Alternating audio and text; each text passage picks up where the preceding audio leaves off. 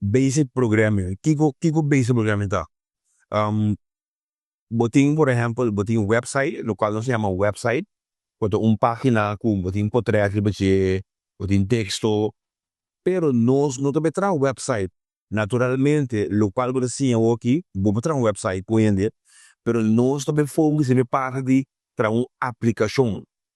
Então, será uma aplicação com algo que tem, é um web app, uma aplicação riba, website, que tem um database, e tem funcionalidade. Vou login, vou registrar, vou sign up, vou upload um file, que men não se focus uma aplicação. Misal por exemplo, em Facebook, é uma aplicação. Então, nós temos que ter bela contra, puta, é um coisa difícil, paciência, tem que mais intimidar, puta, um coisa. Pero não, é não assim, não. Também é basic programming, mas também sim, tudo é tecnologia, não. Botin, por exemplo, botin HTML, tá uno, botin CSS, botin JavaScript, botin Python. Então, não nós temos intimidade como, so, tem é curso, nós também foi básico, nós também mostramos o que o HTML tá, de com, que o básico nele.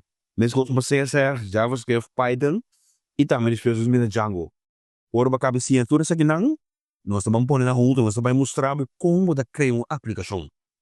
Que me ali, bom nome, intimidade, nós também também vai guiar, durante o curso, como para usar e toda a tecnologia aqui.